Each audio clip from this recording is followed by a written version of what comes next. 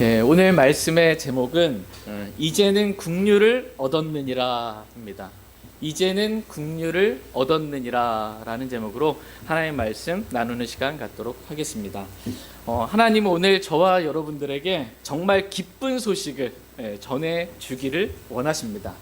하나님께서 우리에게 전해주고 싶은 기쁜 소식은 이제는 국류를 얻었느니라 입니다. 우리가 전에는 국류를 얻지 못하였으나 이제는 국류를 얻었다고 말씀하고 계십니다. 같이 오늘 본문 말씀인 베드로전서 2장 10절 말씀 보겠습니다. 10절 말씀. 시작. 너희가 지나간 때에는 백성이 아니었으나 이제는 하나님의 백성이요 국류를 얻지 못하였으나 이제는 국류를 얻었느니라. 너희가 지나간 때에는 백성이 아니었으나 이제는 하나님의 백성이요 국류를 얻지 못하였으나 이제는 국류를 얻었느니라, 이렇게 말씀하고 계십니다. 우리가 지나간 때에는 우리가 구원받기 전, 우리 삶의 기준은 구원받기 전과 구원받은 후로 나뉩니다. 예수 그리스도를 중심으로 나뉘는 거예요. 지나간 때, 구원받기 전에 우리는 하나님의 백성이 아니었습니다. 그러나 이제는 우리가 하나님의 백성이 되었습니다. 그것도 오늘 본문 말씀의 표현에 따르면 특별 소유 백성이 되었다. 특별한 백성, 특별 소유 백성이 되었다, 이렇게 말씀하고 계십니다.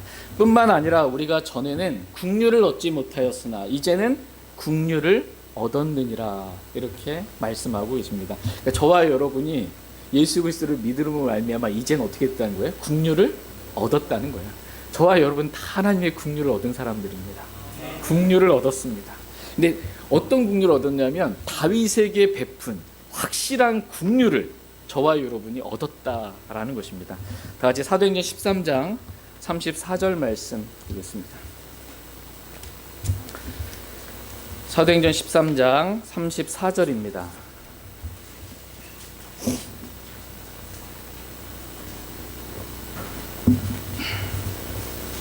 사도행전 13장 34절 같이 읽겠습니다. 시작.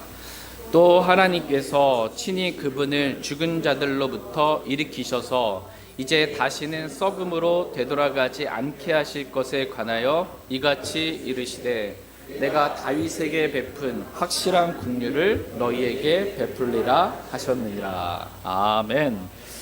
또 하나님께서 친히 그분을 죽은 자들로부터 일으키셔서 내가 다윗에게 베푼 확실한 국류를 너희에게 베풀리라 하셨느니라 라고 말씀하고 계십니다. 하나님께서 다윗에게 베푼 국률이 있어요. 정말 놀라운 국률이에요. 그 확실한 국률을 예수님을 믿는 사람들에게도 베풀어 주시겠다라고 이렇게 지금 말씀하고 계십니다. 그렇다면 다윗에게 베푼 확실한 국률은 무엇일까요? 다 같이 사무엘하 12장 13절 말씀 한번 보겠습니다. 사무엘하 12장 13절 말씀. 사무엘하 12장 13절 말씀 보겠습니다. 사무엘하 12장 13절 찾으셨으면 같이 읽겠습니다. 시작. 다윗이 나단에게 이르되 내가 주께 죄를 지었노라 하니 나단이 다윗에게 이르되 주께서도 왕의 죄를 치우셨으므로 왕이 죽지 아니하리이다. 아멘. 지금 다윗이 내가 주께 죄를 지었노라 라고 자신의 죄를 지금 자백하고 있습니다. 다윗이 지은 죄가 뭐예요? 여기서 다윗이 지은 죄가 간음죄와 살인죄입니다. 다윗이 밧세바가 목욕하는 것을 보고 음욕이 생겨서 이 밧세바와 간음을 한 것입니다. 그리고 그 간음죄를 숨기기 위해서 또 다른 죄를 지은 거야. 밧세바의 남편 우리아를 치열한 전쟁 가장 맨 앞에 보내서 일부러 죽게 만드는 거야. 그의 손에 이 죽이라는 이 편지를 들여보내서 아예 죽게 만든 것입니다. 이렇게 다윗은 간음죄와 살인죄를 짓게 된 것입니다. 근데 구약 시대 때 이 간음죄와 살인죄는요, 어떠한 희생물로도 용서받을 수 없는 죄예요. 그러니까 반드시 죽일지니라 해요. 성경 읽다 보면 반드시 죽일지니라는 말씀이 나오잖아요. 이거 뭐 피할 방법이 없어요. 죽음에서. 이 간음죄와 살인죄는 그와 같은 죄입니다. 근데 구약 시대 때 이 다윗이 이러한 죄를 지은 거예요. 그때 하나님께서 나단 대원자를 보내셔서 다윗이 지은 죄가 얼마나 큰 죄인지 그 죄를 지적할 때 다윗이 내가 주께 죄를 지었노라 라고 자신의 죄를 숨기지 않고 자백한 거예요. 죄를 숨기면 멸망합니다. 근데 죄를 자백한 겁니다. 그냥 제가 그런 죄인입니다 라고 자백했더니 그 자리에서 하나님께서 즉시로 다윗의 죄를 용서해 주신 거예요. 그래서 주께서 왕의 죄를 치우셨으므로 왕이 죽지 아니하리이다. 죄의 삭은 사망이잖아요. 반드시 죽어야 되는데 국률이 임한 거예요. 심판을 이고 기뻐할 수 있는 국률이 임하게 된 것입니다. 이것이 다윗에게 베푼 확실한 국률입니다. 이 확실한 국률을 예수 그리스도를 믿는 저와 여러분들에게도 하나님께서 친히 베풀어 주시겠다라고 약속해 주신 것입니다. 그래서 우리가 복음의 말씀을 들었을 때 우리가 어떻게 하나님 앞에 고백해서 하나님 저는 죄인입니다. 어떠한 죄인? 지옥에 갈 수밖에 없는 죄인입니다. 그런데 하나님께서 저희 죄 때문에 십자가에 못 박혀 피 흘려 죽으시고 성경 기록대로 셋째 날에 다시 살아나셔 저희 모든 죄들을 하나님의 피로 단번에 영원히 용서해 주신 것을 제가 들었고 그 사실, 그 복음을 제가 마음으로 믿겠습니다. 예수님이 제 마음에 들어오셔서 저를 지옥으로부터 구원해 주세요라고 기도했더니 어떻게 된 거예요? 그 즉시로 모든 죄가 용서받는 거예요. 그 즉시로 모든 죄가 용서받는 거예요. 기도하자마자, 죄를 자백하자마자 즉시로 모든 죄가 용서받는 확실한 국률을 우리가 얻게 된 것입니다. 우리는 이렇게 하나님의 국률로 구원을 받았습니다. 다 같이 디도서 3장 5절 6절 말씀 보겠습니다.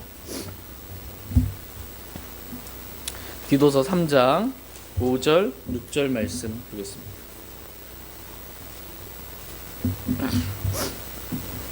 디도서 3장 5절 6절 말씀.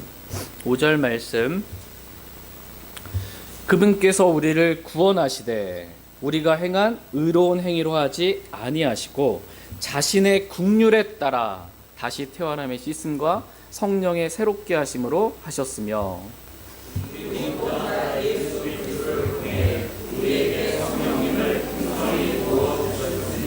아멘. 예, 하나님께서 우리를 구원하시되 우리가 행한 의로운 행위로 하지 아니하시고 지금 뭘로 구원해 주셨대요? 예, 자신의 국률에 따라 다시 태어남의 씻음과 성령의 새롭게 하심으로 우리를 구원해 주셨다라고 말씀하십니다. 그러니까 하나님의 국률로 우리가 구원받은 거예요. 예. 또한 우리는 하나님의 국률로 예수 그리스도를 통해 성령님을 풍성히 받았다 이렇게 말씀하고 계십니다. 성령님을 풍성히 받으셨어요? 네. 느끼려 하지 마시고 믿으십시오. 예수 그리스도를 통해 성령의 풍성히 주셨습니다. 우리가 구원받은 이후에도 우리가 때때로 죄를 지을 때가 있습니다. 근데 이 죄로 인해서 하나님과 우리 사이가 끊어지는 거예요. 교제가 끊어지는 거예요. 구원을 잃어버리는 게 아니고요. 모든 죄는 이미 죄에 대한 심판은 다 끝났고요. 근데 하나님과 교제가 끊어지는 것입니다. 그때 우리가 하나님께 나아가 자백하기만 하면 그 즉시로 용서받는 거예요. 그래서 다시 하나님과 빛 가운데 교제할 수 있도록 은혜를 베풀어 주시는 것입니다. 다 같이 요한일서 1장 9절 말씀 보겠습니다. 요한일서 1장 9절 말씀. 요한일서 1장 9절 말씀 같이 읽겠습니다. 네, 요한일서 1장 9절입니다. 네, 시작. 만일 우리가 우리 죄들을 자백하면 그분께서는 신실하시고 의로사 우리 죄들을 용서하시며 모든 불의에서 우리를 깨끗하게 하시느니라. 아멘. 만일 우리가 우리의 죄들을 어떻게 하면요? 자백하면, 다윗과 같이 자백하는 거예요. 제가 주께 그 죄를 지었습니다 라고 자백하는 거예요.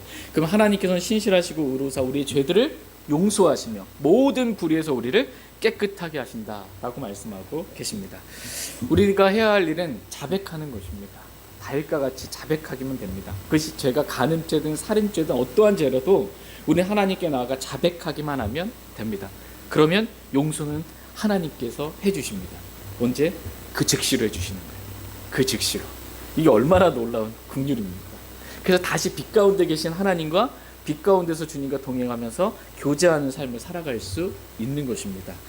이러한 놀라운 긍휼을 저와 여러분들에게 베풀어 주셨다라고 말씀하고 계십니다.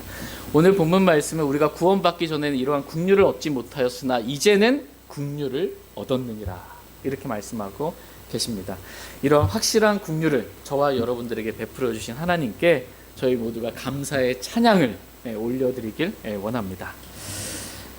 그렇다면 우리가 어떻게 하나님으로부터 이러한 놀라운 긍휼을 얻을 수 있었을까요? 어떻게 이러한 긍휼을 얻을 수 있었어요? 그것은 바로 믿음입니다. 믿음.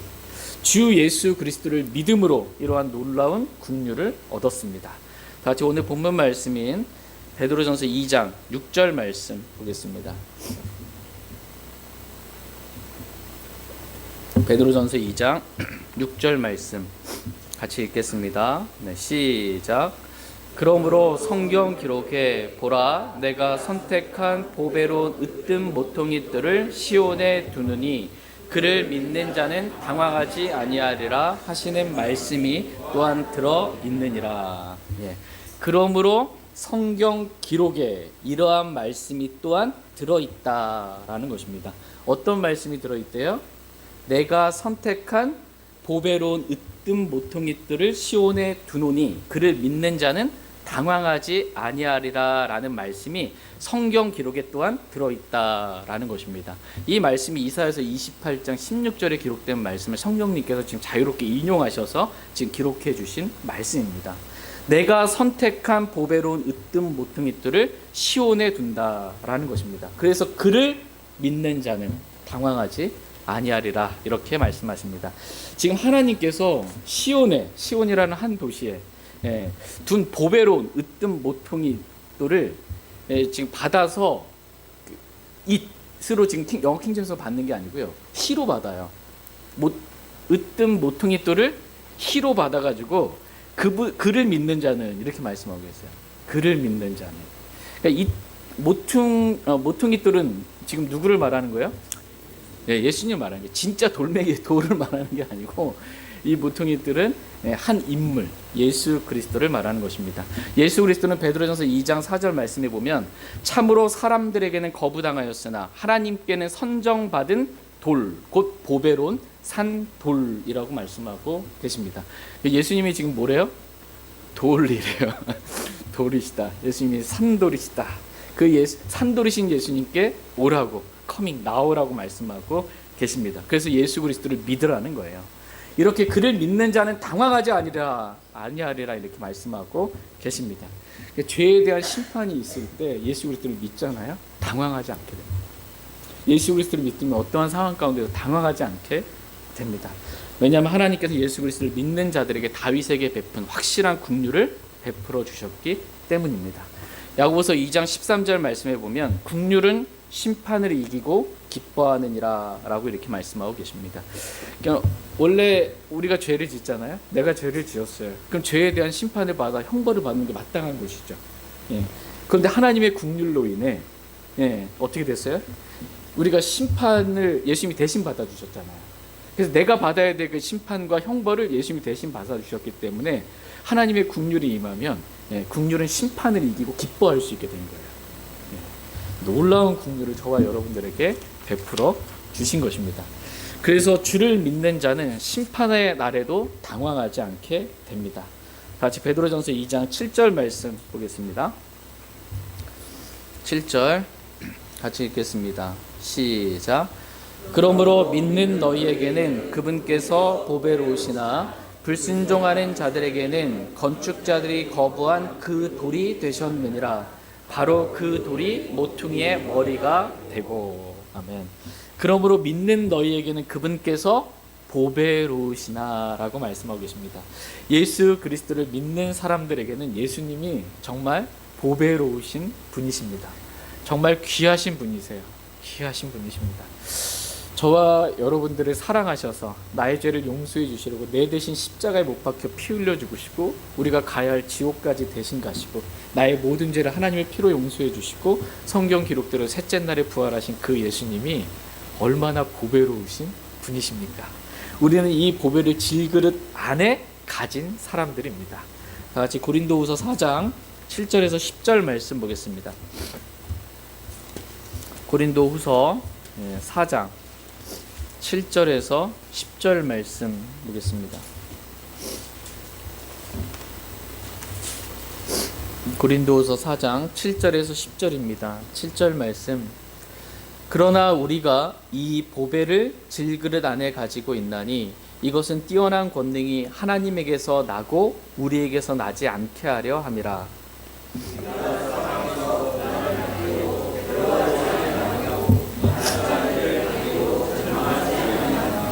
핍박을 받아도 버림받지 아니하고 거꾸로 뜨림을 당해도 망하지 아니하며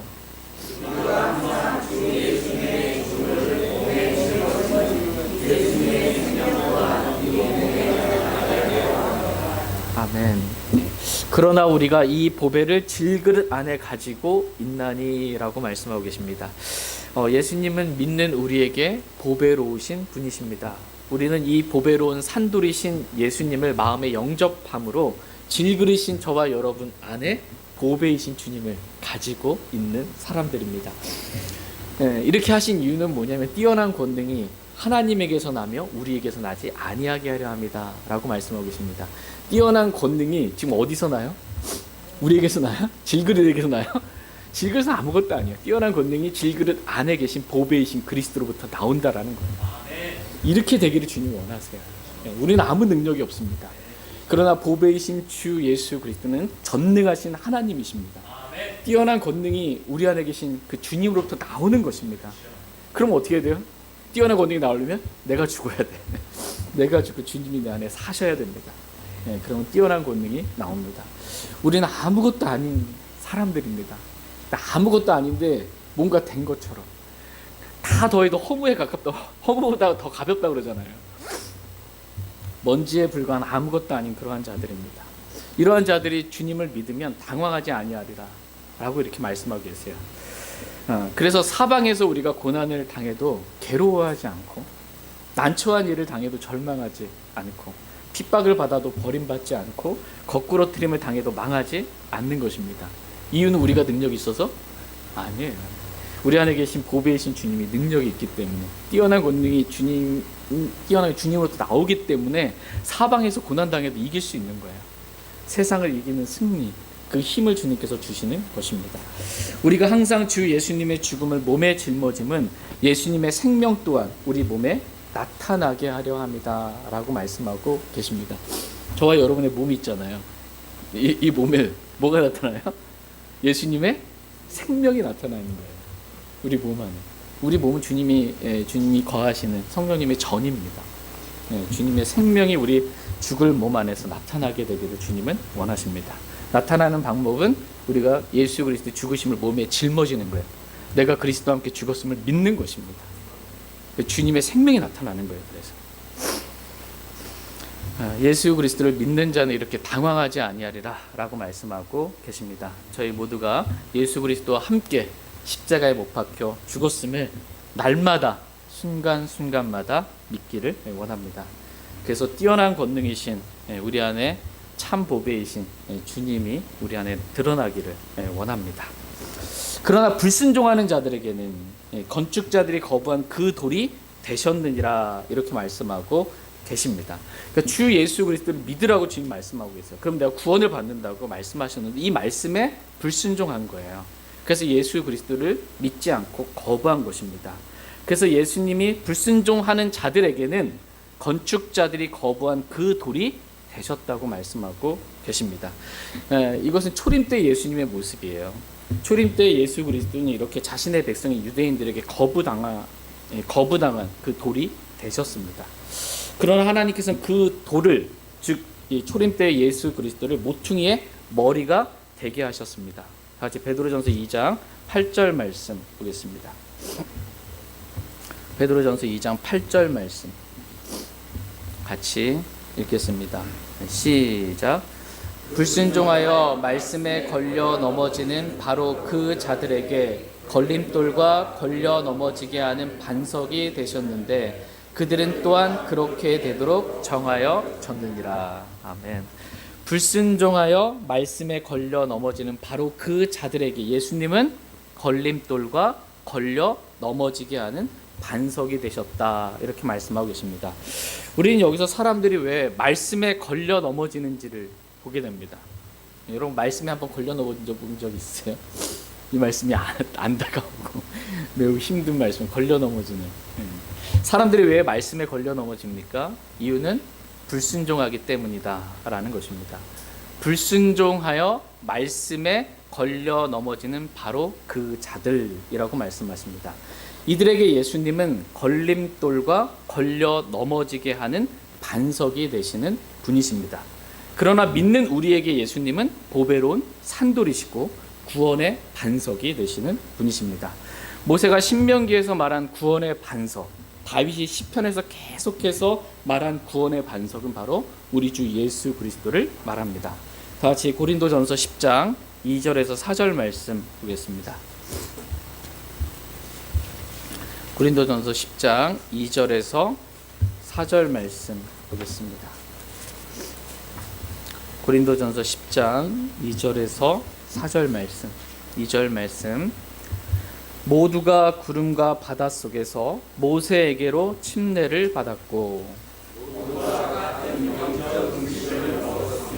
모두가 같은 영적 음료를 마셨느니라. 그들이 자기들을 따라가는 영적 반석으로부터 마셨는데 그 반석은 그리스도이셨느니라. 아멘. 그들이 자기들을 따라가는 영적 반석으로부터 마셨는데 그 반석은 그리스도이셨느니라 라고 말씀하고 계십니다. 그러니까 모세가 말한 반석 있잖아요. 이스라엘 백성이 광야에서 먹이고 돌보신 그 영적 반석, 그 반석은 그리스도였다 이렇게 우리에게 가르쳐주고 있습니다. 다윗이 말한 반석도 다 그리스도였다라는 것입니다. 반석 위에 집을 지은 지혜로운 사람이 되라고 말씀하시잖아요. 네. 그 반석도 예수 그리스도를 말합니다. 비가 내리고 홍수가 나고 바람이 불어 그 집에 부딪혀 그것이 무너지지 아니하였나니 이는 그것을 반석 위에 세웠기 때문이라 라고 말씀하신 반석도 예수 그리스도를 말합니다. 반석이신 예수 그리스도를 믿는 자는 삶을 사는 가운데 비가 내리고 오늘 비가 오네요. 비가 내리고 홍수가 나고 바람이 부딪혀도 당황하지 않습니다. 무너지지 않아요. 그러나 반석이신 예수 그리스도를 거부한 사람, 그래서 모래 위에 집을 지은 사람은 비가 내리고 홍수가 나고 바람이 불어 그 집에 부딪힐 때 당황하게 됩니다. 무너짐이 심하게 되는 것입니다. 그러므로 반석이신 예수 그리스도, 보배로운 산돌이신 예수님을 믿으라고 저와 여러분들에게 말씀하고 계십니다.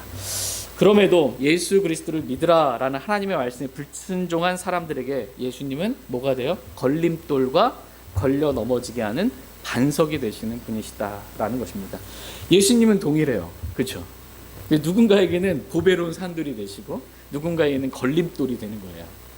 예수님을 믿는 사람들에게 예수님은 구원의 반석이 되시고 예수님을 거부한 사람들에게는 걸려 넘어지게 하는 반석이 되는 것입니다. 이것은 돌이나 반석의 문제가 아니에요. 돌이나 반석의 문제가 아니고 돌이신 예수 그리스도, 반석이신 예수 그리스도를 내가 믿느냐 믿지 않느냐 이거의 문제입니다.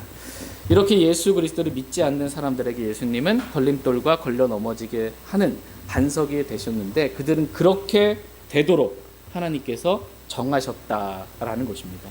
예수님을 믿으면 구원받는 걸로 정하셨고 예수님을 거부하고 믿지 않으면 걸려 넘어지도록 하나님께서 정하셨다라는 것입니다. 같이 마태복음 21장 42절 말씀 보겠습니다. 마태복음 21장 42절 말씀.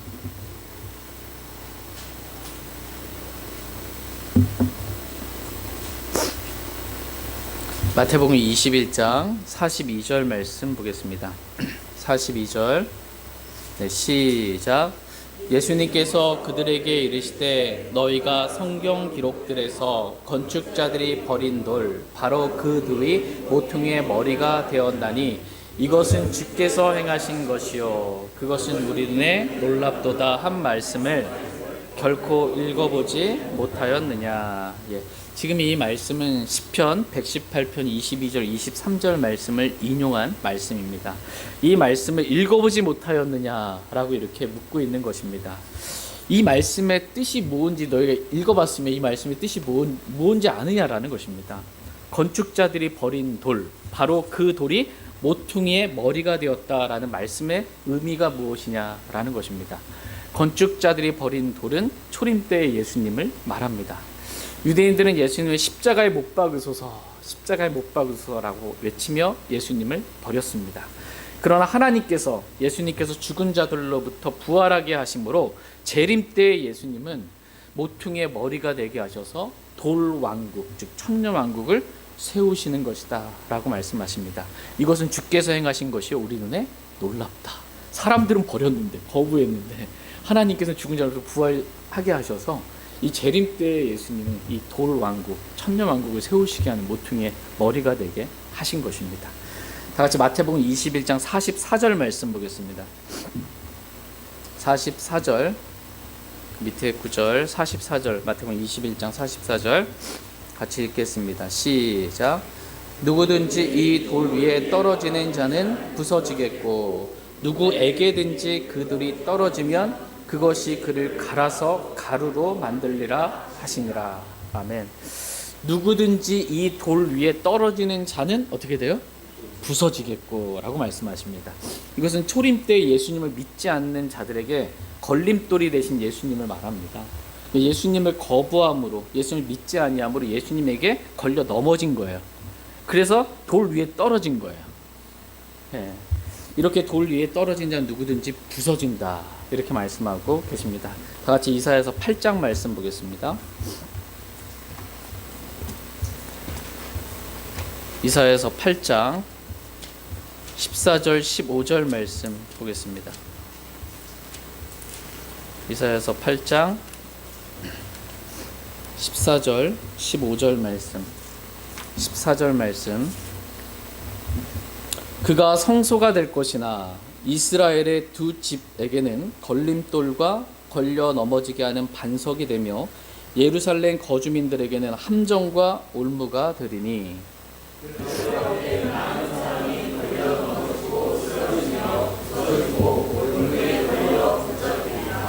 네, 그가 성소가 될 것이나 라고 말씀하고 있어요. 그가 누구예요?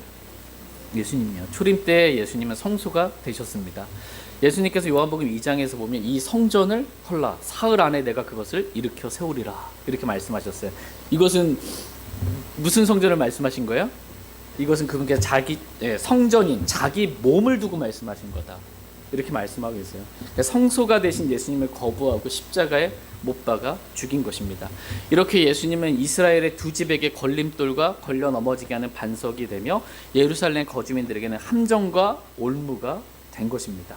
그래서 그들 가운데 많은 사람이 걸려 넘어지고 쓰러지고 부서지고 올무에 걸려 붙잡히게 되었다라고 성경은 말씀하고 계십니다.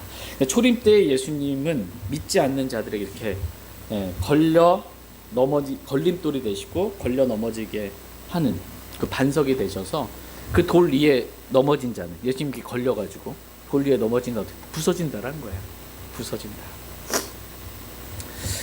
누구든지 근데 재림 때 예수님은 예수님을 믿지 않는 자들을 아예 이제 갈아서 가루로 만들어 버리겠다 이렇게 말씀하고 있어요.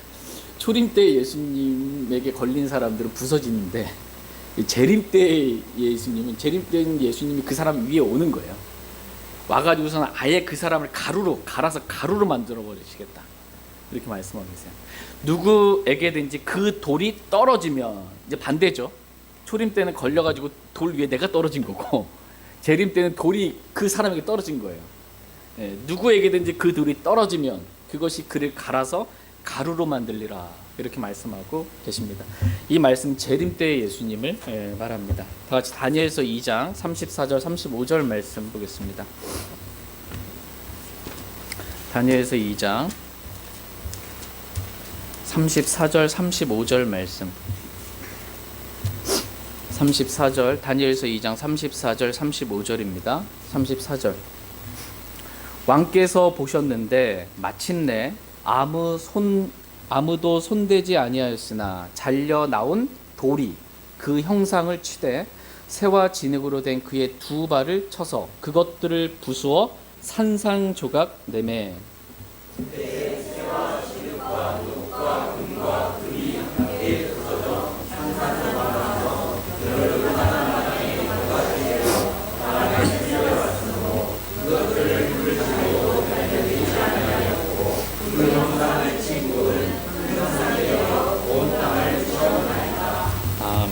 예, 아무도 손대지 아니하였으나 잘려 나온 돌을 우리는 여기서 보게 됩니다.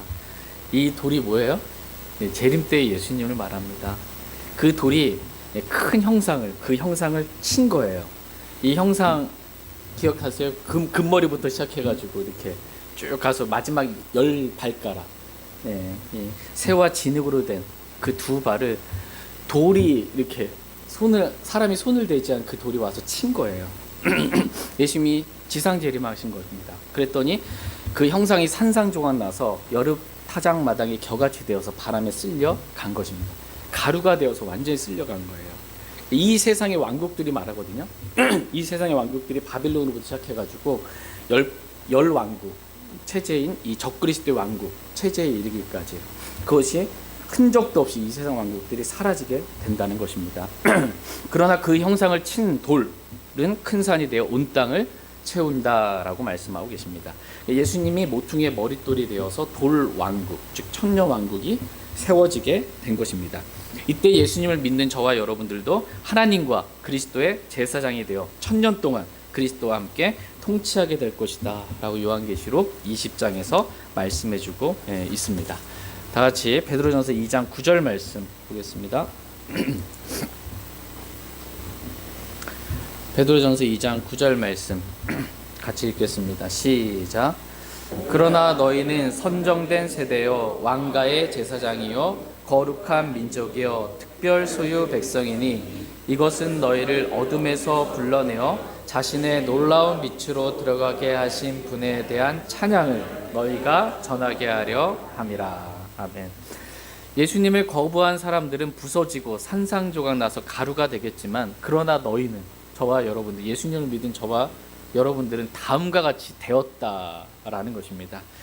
이 말씀은 저와 여러분의 현재 우리의 지위, 신분이 무엇인지에 대해서 4가지로 지금 말씀해주고 계십니다. 첫 번째, 너희는 선정된 세대다라는 것입니다. 우리는 예수 그리스도를 믿음으로 말미암아 선정된 세대가 되었습니다. 구약 시대로부터 이 대환란 시대를 거쳐 천년왕국 시대에 이르기까지 이렇게 하나님 앞에 선정된 세대가 없는 거예요. 하나님의 은혜로 누구든지 주 예수 그리스도를 믿기만 하면 구원받는 이러한 놀라운 긍휼과 은혜가 있는 이러한 선정된 세대는 저와 여러분 교회밖에 없는 것입니다. 두 번째, 우리는 왕가의 제사장이 되었다라고 말씀하고 계십니다. 저와 여러분이 지금 뭐라는 거예요? 왕가의 제사장, 우리 제사장이라는 거예요. 왕가의 제사장이다. 그러므로 오늘 수요일날 제가 말씀 살펴봤던 것처럼 야고보서 2장 8절 말씀에 기록된 것처럼 내 이웃을 내 자신과 같이 사랑하라 하는 왕가의 법을 성취하면 잘하는 것이다 라는 말씀처럼 왕가의 제사장이 되었으니까 법이 있어요. 왕가의 법이 있습니다. 그 법은 내 이웃을 내 자신과 같이 사랑하라 하는 왕가의 법을 성취하라 라는 것입니다. 뿐만 아니라 우리가 이 왕가의 제사장으로서, 제사장이 하는 일은 뭐예요? 희생물을 드리는 거거든요. 영적 희생물을 드리는 거룩한 제사장이 되었도다 라고 말씀하고 계십니다. 그러니까 하나님께 저와 여러분이 희생물을 드려야 돼요. 영적 희생물을 좀 드려야 돼요. 근데 안 드려. 뭐예요? 이 직무유기하는 거죠. 주님께 드려야 되는데 드리지 않는 거예요. 우리가 드려야 될 영적 희생물 가운데 첫 번째가 뭐냐면 로마서 12장에 기록된 말씀처럼 우리 몸을 살아있는 희생물로 하나님께 드리는 거예요. 이 헌신이 먼저예요. 값 주고 사셨잖아요. 우리 몸을 하나님께 드리는 헌신의 삶을 살라는 것입니다. 그리고 제사장이 아침마다 이 향기로운 향을 태워서 하나님께 드렸거든요. 그런 것처럼 이 향을 드리는 게 뭐냐면 우리가 영적 제사장으로서 하나님께 향을 드리는데 향기로운 향, 기도의 향을 드리는 겁니다. 기도의 향. 요한계시록 5장에 보면 24 장로가 저마다 하프들과 향이 가득한 금병들을 가지고 어린 양 앞에 엎드렸는데 이 향은 성도들의 기도라라는 말씀처럼 우리의 기도가 하나님께 드리는 향기로운 향으로 이렇게 하나님께 날마다 아침마다 이렇게 드려 올려져야 한다라는 것입니다. 출애굽기 30장 9절 말씀에 보면 너희는 그 위에 이상한 향을 드리지 말고, 뭔가 이상했죠. 뭐 이상한 불을 드리는 경우도 있었거든요. 이상한 향을 드리지만 이상한 말씀과는 좀 잘은 몰라, 좀 이상한 거야 이게. 그 향을 하나님께 드려지는 이 향기로운 향을 만들 때 제조법에 따라서 만들거든요. 하나님께 가르쳐 주신. 근데 그 방법과 다른 어떠한 방법이 좀 다르게 만들어진 그 이상한 향은 하나님께 드리지 말라라는 것입니다. 우리 하나님께 기도를 드리는데 하나님의 뜻대로 기도해야죠. 그런데 하나님의 뜻이 아닌 육신의 뜻대로, 내 원함대로, 내 욕심대로, 탐욕대로 이렇게 구하면 좀 이상한 거예요. 이런 거 드리지 말라라는 것입니다. 또한 빌립보서 4장 18절 말씀에 기록된 말씀처럼 우리가 드리는 이 헌금 있죠.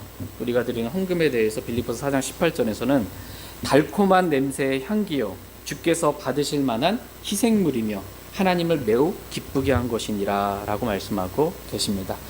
또한 우리가 왕가의 제사장으로서 계속해서 찬양의 희생을 하나님께 드리자 이렇게 말씀하고 계십니다. 입술의 열매, 그분의 이름에 감사를 드리는 입술의 열매, 이 찬양의 희생을 하나님께 우리가 드려야 한다라고 말씀하고 계십니다. 세 번째로 우리는 거룩한 민족이라고 우리의 신분에 대해서 말씀하고 계십니다. 거룩한 민족이에요. 저와 여러분은 거룩한 민족. 거룩의 의미가 뭐예요? 분리를 말하거든요. 하나님께로 분리한 거예요. 이 세상으로도 불러냄을 받은 자들의 모임이에요. 교회는 이 세상 민족들과는 구분된, 구별된 그러한 거룩한 민족입니다. 그런데 우리가 세상과 동화돼서 살아가요. 세상을 살아가면서 살아가요. 세상 사람들과 똑같이 구분이 안 되게 살아가요. 거룩한 민족으로서 합당한 삶이 아니에요. 세상 사람들이 술 마시고 담배 피고 사는 것처럼 우리도 거룩한 민족인데 그렇게 술 마시고 담배 피고 산다. 하나님이 이 이름을 욕되게 하는 겁니다. 하나님은 베드로전서 1장 15절에서 너희를 부르신 분께서 거룩하신 것 같이 너희도 온갖 종류의 행실에서 거룩할지니라. 좀 구분되라는 거예요. 믿지 않는 세상 사람들과 구분된 삶을 살라라는 것입니다. 하나님은 저와 여러분이 거룩한 민족답게 온갖 종류의 행실에서 거룩하기를 원하십니다. 저희 모두가 이 말씀에 순종하기를 원합니다. 결국 그 말씀에 불순종하여 걸려 넘어지는 그러한 자들이 되지 않기를 원합니다. 마지막 네 번째로 우리는 특별 소유 백성이라고 말씀하고 계십니다. 그리스도인은 정말 특별한 하나님의 소유 백성입니다.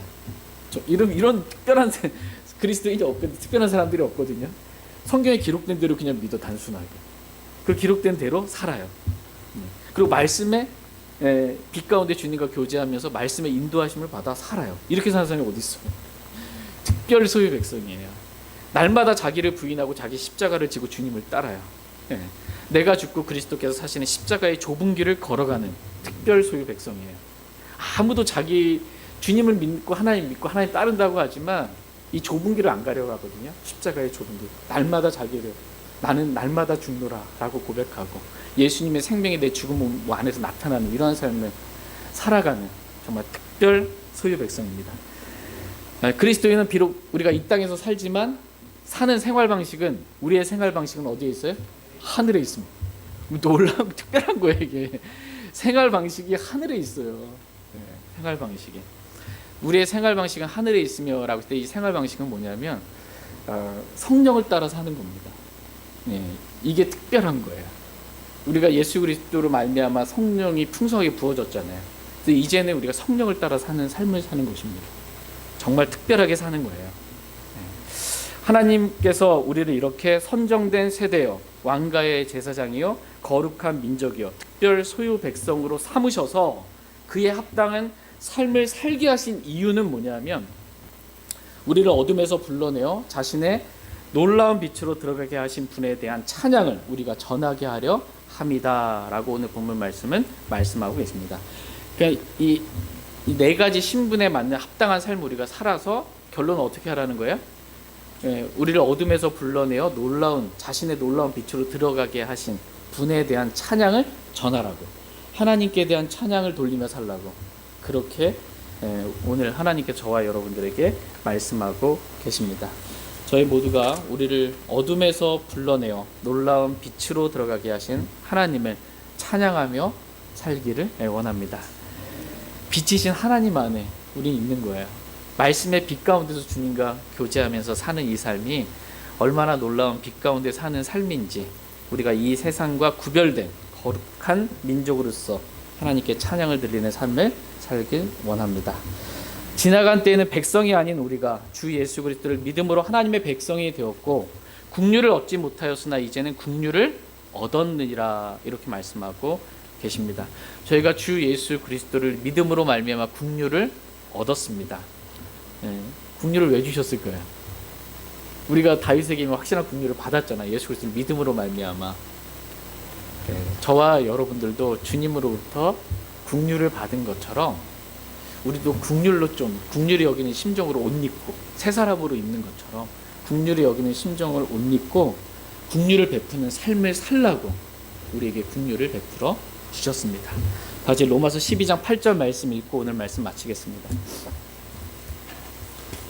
로마서 12장 8절 말씀 읽고 오늘 말씀 마치겠습니다. 로마서 12장 8절 같이 읽겠습니다. 시작. 권면하는 자는 권면하는 일로 섬기며 주는 자는 단순함으로 그 일을 하고 다스리는 자는 부지런함으로 국류를 베푸는 자는 즐거움으로 할 것이니라. 아멘. 국류를 베푸는 자는 어떻게 하래요?